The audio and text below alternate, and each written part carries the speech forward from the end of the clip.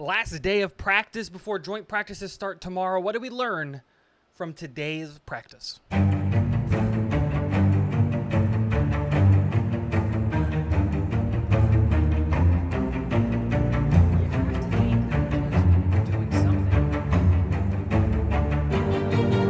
What is going on, guys? Welcome back to Talking Jets with Tigo. My name is Tigo, and today we're going to be talking about day 12 of the New York Jets. No, 12? 13? 12? 13, day 13 of New York Jets practice. Today was a little bit of a slower day, knowing that they're going to pick up tomorrow when we do our joint practices against Carolina, which is going to be very fun. A lot of things to keep your eyes open, but that'll be done in a separate video. Today we're going to be talking about, well, today's practice, because obviously there's stuff to talk about in today's practice. Today's practice was a story of ups and downs for quarterback Aaron Rodgers. He threw 2 interceptions, one pretty bad one where he just kind of tossed it up. And I believe Moreland got the interception there. Also, Zaire Barnes came down with a tipped pass that got batted at the line. So interesting to see there. He turned it around once we got into the red zone plays, connecting with Randall Cobb in the end zone. Another really good build-up day for the offensive line.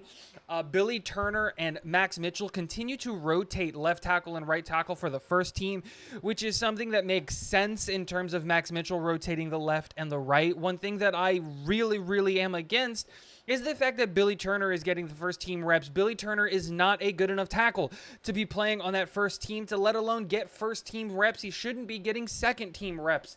He hasn't shown the ability to stop our guys, and if our guys are some of the better ones, I don't trust him when it comes down to game time to really protect anybody, and the slow return of Duane Brown is starting to concern me. It's not time to hit the panic button yet, but it is something to keep an eye on. Mekhi Becton had a great day with the second team, continuing to build good days upon good days and working up the confidence in the knee and his conditioning. Hopefully soon we can start seeing him getting reps with the ones instead of Billy Turner and start really pushing him and his development and getting him back ready for game shape, if that's the plan for Mekhi Becton.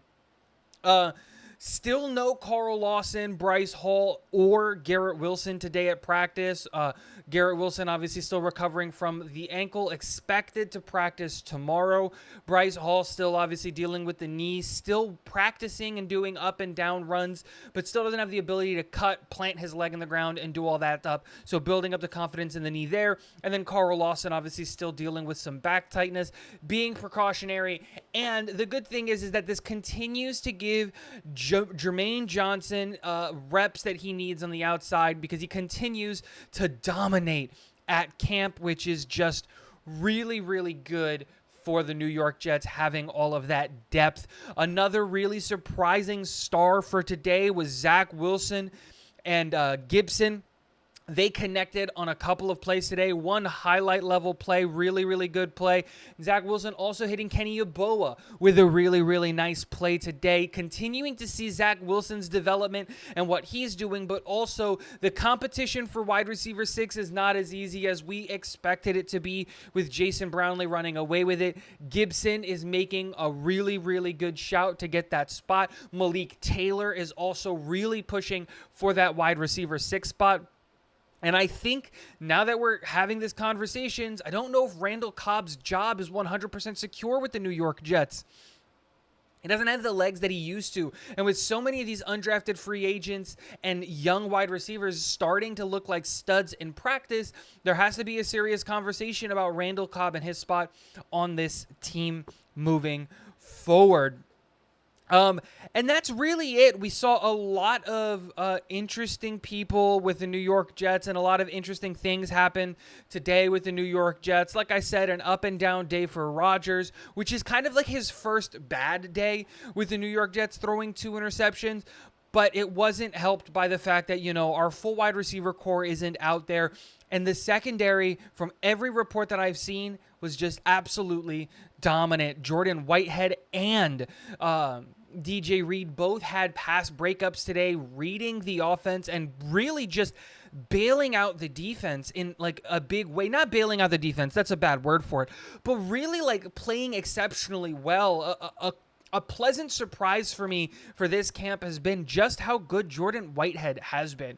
He hasn't been spectacular, oh my gosh, blowing the tops off of plays and being, but he hasn't been bad. And last year during the year, he was just bad. And so facing a much better offense and a much better system that the New York Jets are running this year, and being able to hold his own and be a supporting member of that defense is key for Jordan Whitehead and his success. And I think the addition of Tony Adams next to him has really, really helped.